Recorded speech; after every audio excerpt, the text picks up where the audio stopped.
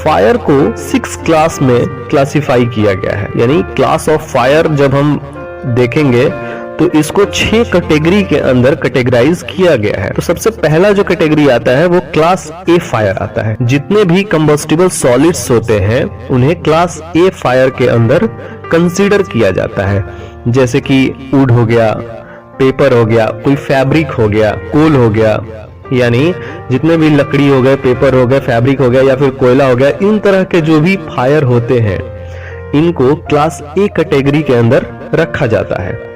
दूसरे टाइप का जो फायर है उसको क्लास बी फायर कहा जाता है। क्लास बी फायर के अंदर कंबस्टिबल लिक्विड्स को कंसीडर किया जाता है, जैसे कि डीजल, पेट्रोल, ऑयल, पेंट्स वगैरह। इन तरह के जितने भी सारे फायर होते हैं उनको क्लास बी के अंदर रखा जाता है। तीसरा टाइप जो होता है क्लास सी फायर। बड़े ध्यान से देखिएगा, बहुत आसान है, ये कोई बहुत बड़ी चीज नहीं है, बहुत ही आसानी से आप सीख जाएंगे। क्लास ऑफ फायर्स, तो तीसरे टाइप का जो फायर है वो क्लास सी फायर। जो भी कंबस्टिबल गैसेस होते हैं उनको क्लास सी के अंदर कंसीडर किया जाता है, जैसे कि मेथेन हो गया, इथेन हो गया, प्रोपेन, ब्यूटेन, मतलब गैसियस जितने भी फायर होते हैं, गैस की वजह से जो फायर होता है उसे क्लास सी कैटेगरी के अंदर रखा जाता है।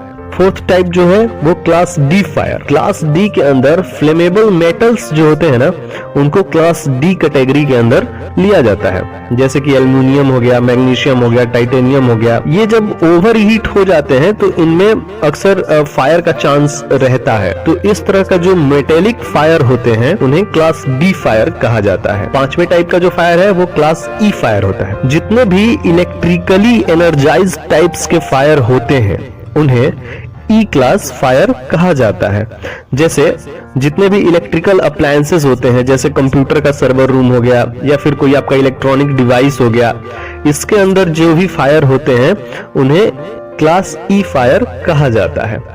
Sixth and last type of fire जो होता है वो क्लास एफ फायर होता है। क्लास एफ टाइप फायर के अंदर किचन के अंदर जो कुकिंग ऑयल होते हैं या फिर जो फैट्स होते हैं उनमें अगर फायर होता है तो उन्हें क्लास एफ फायर के अंदर रखा जाता है।